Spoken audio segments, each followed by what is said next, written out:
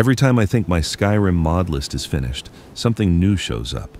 A village I've never seen before, a rebuilt inn, or a small settlement that feels so alive I can't imagine the game without it. This time, I've gathered a set of mods that focus on towns and villages, both new places and improvements to the old ones. Some add whole communities with stories and quests. Others refine what was already there, filling empty corners of the world with life again. Let's take a look.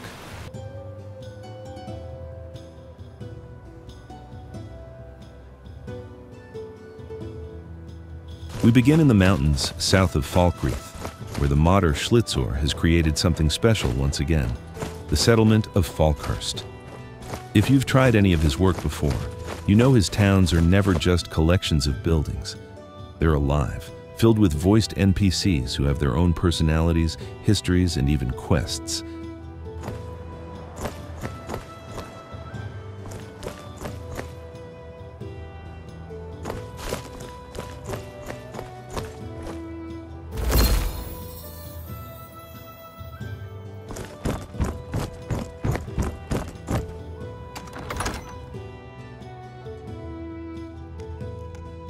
Welcome. Let me know if you want anything. I think I got a clean mug around here somewhere.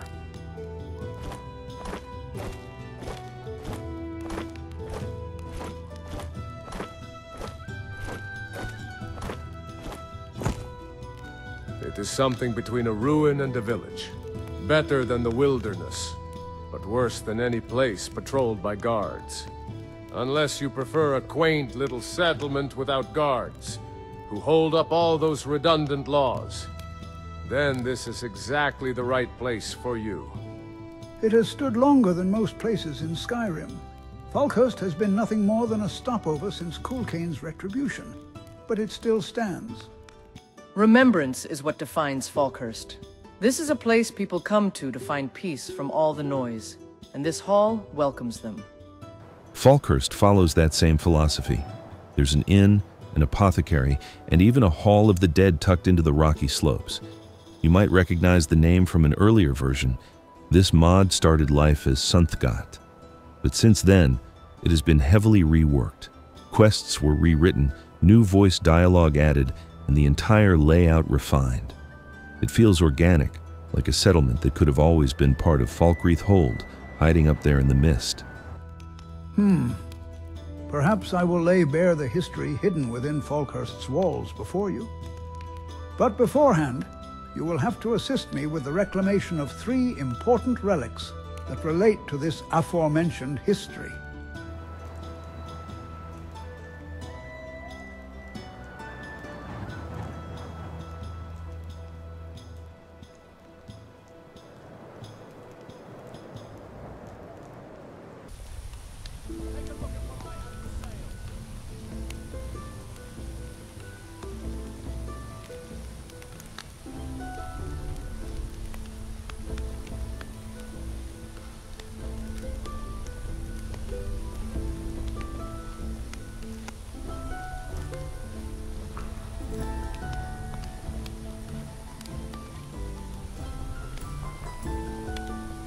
Heading east, not far from the Dwemer ruins of Msulft, lies Pargran, another creation from Schlitzohr. It's a comfortable village that feels built for travelers, a stop between Windhelm and Riften, where you can rest, trade, and share stories. At the center stands a shrine to Raymond, surrounded by local shops and a wide, welcoming inn. There's also an apothecary association, and up the hill, the impressive Golden Mist Hall, home of the local Thane, framed by small vineyards.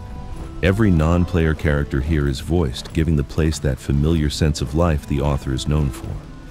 There aren't any quests yet, but the creator has promised more content in future updates. Even as it stands now, Pargran feels complete, a believable, peaceful community in the shadow of ancient ruins.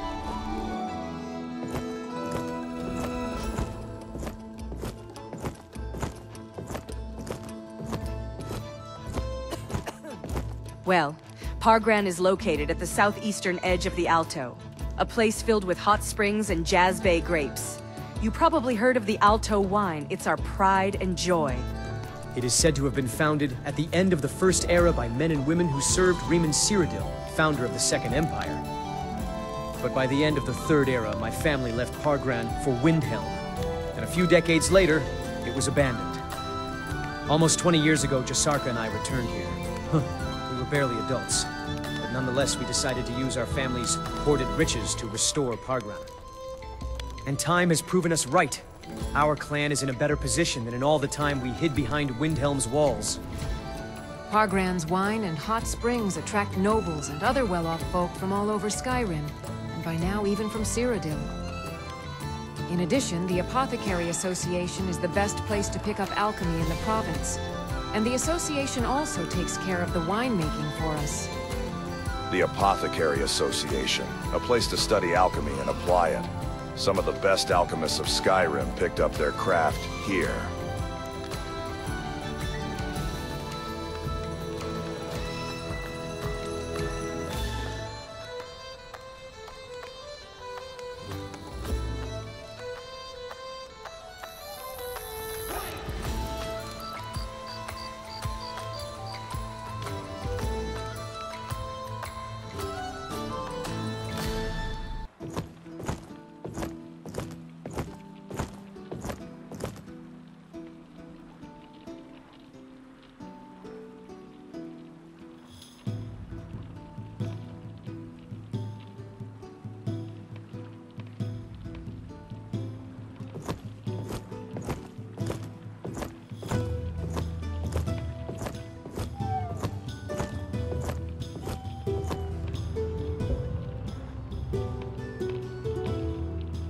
Our next stop, and the third work from Schlitzohr, is Lillemyr, a micro-settlement built in one of Skyrim's most atmospheric places, the swamps north of Morthal, right next to the abandoned shack. Yes, the same shack connected to the Dark Brotherhood. It's a small but vivid community, surrounded by mist and half-buried trees. Once again, every NPC is voiced, and their idle conversations give the place a natural rhythm.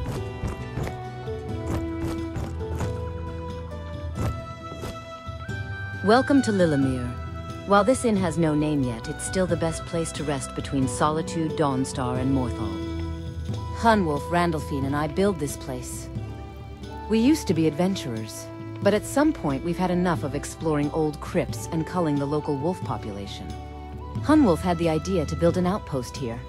The Drakmere is a bit dangerous, but trade between Morthal and Dawnstar isn't satiated by Solitude's harbor alone. Ha! We build this little settlement. Reclaim this plot of land from the wilderness. A patch of civilization in this swamp.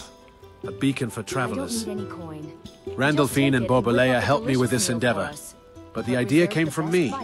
Both settling down here in the name itself. We cleared every road ahead of us from its dangers.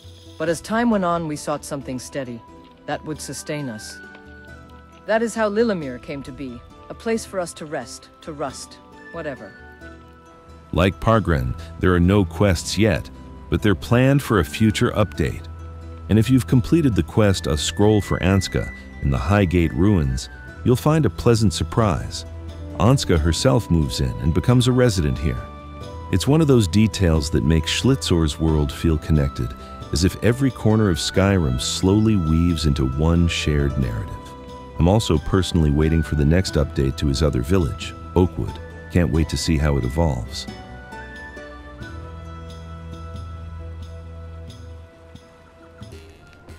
If you've enjoyed the journey so far, take a moment to leave a like. It really helps keep these projects going.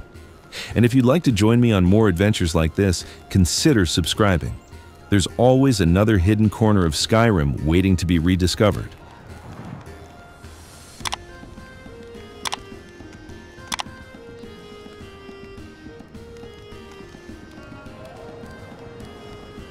The next few mods aren't new towns, but rather enhancements to existing locations, add-ons that make familiar places worth visiting again. Let's start with JK's Nightgate Inn. JK's work rarely needs an introduction. His signature interiors are rich, detailed, and grounded in believable design. This inn is no exception. Both the exterior surroundings and the inside have been completely reworked, without losing the essence of the place or the characters who live there.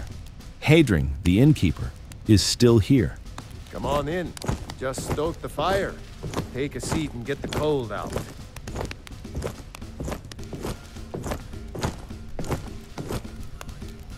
Ah, hello there, traveler. Come to the Nightgate for food or lodging? And so is the mysterious orc who plays a key role in one of the Dark Brotherhood quests. No spoilers, just know that everything feels right where it should be. What I particularly like about this mod is how naturally it fits with other additions. In my setup, JK's Nightgate Inn blends perfectly with Heljarken, from cutting room floor, making the inn feel like the central hub of a small community. The interiors are fuller, richer, and unmistakably JK.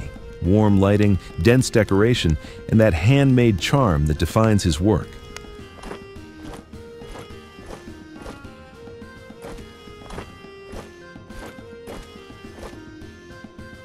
I really don't mean to be rude, friend, but I'm not feeling particularly sociable.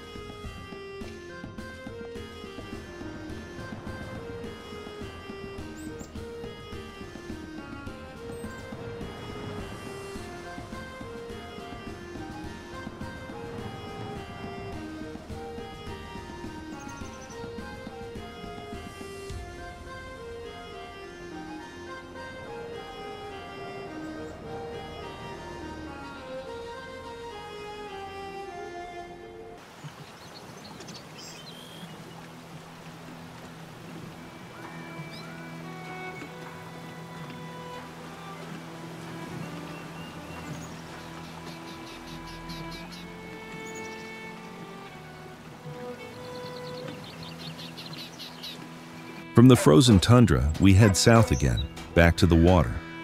You've probably seen my earlier video about Ivy's Riften Docks overhaul. This time, though, let's look at another take, Laketown, my personal favorite among all the Riften Dock expansions. This mod turns the docks into a true district of the city, as large and detailed as the North Shore or Southwoods districts. It adds watchtowers, a tavern, and even a fish smokehouse. Everything ties seamlessly into Riften's wooden architecture, with overlapping walkways and bridges creating that dense, vertical look the city is known for. Even though the mod hasn't been updated in a while, it remains perfectly stable and still blends well with more recent creations.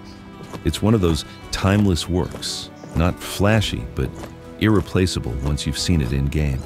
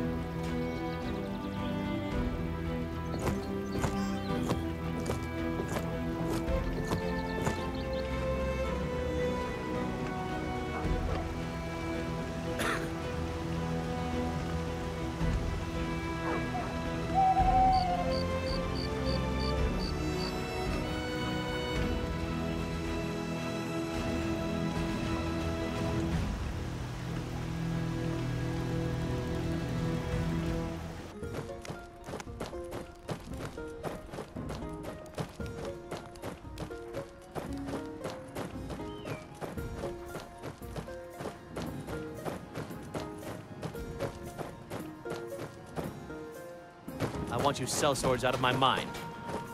Watch your tongue, native. We'll leave when we're sure there's no Forsworn here. Oh, and when would that be, I wonder? When I sell my land to the Silverbloods? The Silverbloods have made you a very generous offer for this pile of dirt. I suggest you take it. Now, let's move west into the Reach, one of the harshest and most dangerous regions of Skyrim.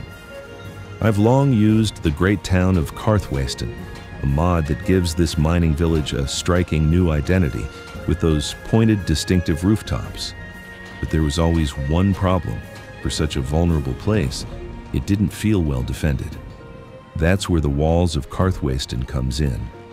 It adds proper fortifications, stone walls, reinforced gates, and smaller structural details that make the town feel both safer and more lived in. Combined with the great town overhaul, Karthwasten finally looks believable, not just a target for Forsworn, but a settlement that can stand its ground. It's a small addition, but it makes a big difference.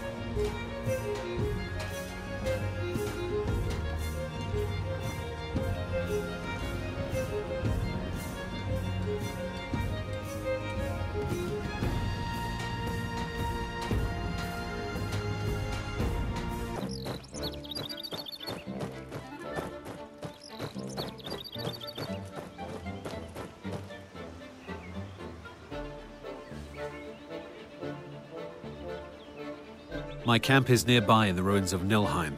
Get me there safely, and you'll be rewarded. And finally, we end where the road feels most dangerous, Nilheim, that half-ruined tower on the road south of Iverstead. In the vanilla game, it's barely more than a bandit hideout with a small surprise waiting nearby. But with GS Nilheim Expansion, this place becomes far more interesting. A second tower has been added, along with expanded ruins, new bandits, and a generally more believable layout. It keeps the original quest, Tell Rav's Request, intact, but the area feels denser and more rewarding to explore. No longer just a one-note encounter, but a small piece of world building. It's still a hostile place, of course, but now it looks and feels like something that truly belongs on Skyrim's map. One of those quiet, dangerous corners you'll remember long after you leave.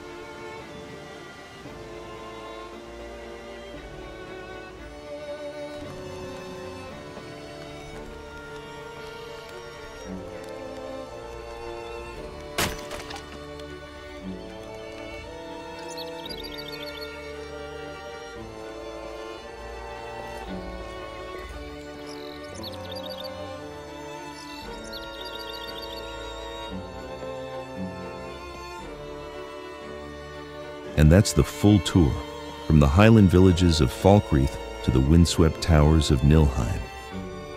Each of these mods adds something small but meaningful, a sense that Skyrim is still growing, that its map still has room for new homes, new faces, and new stories.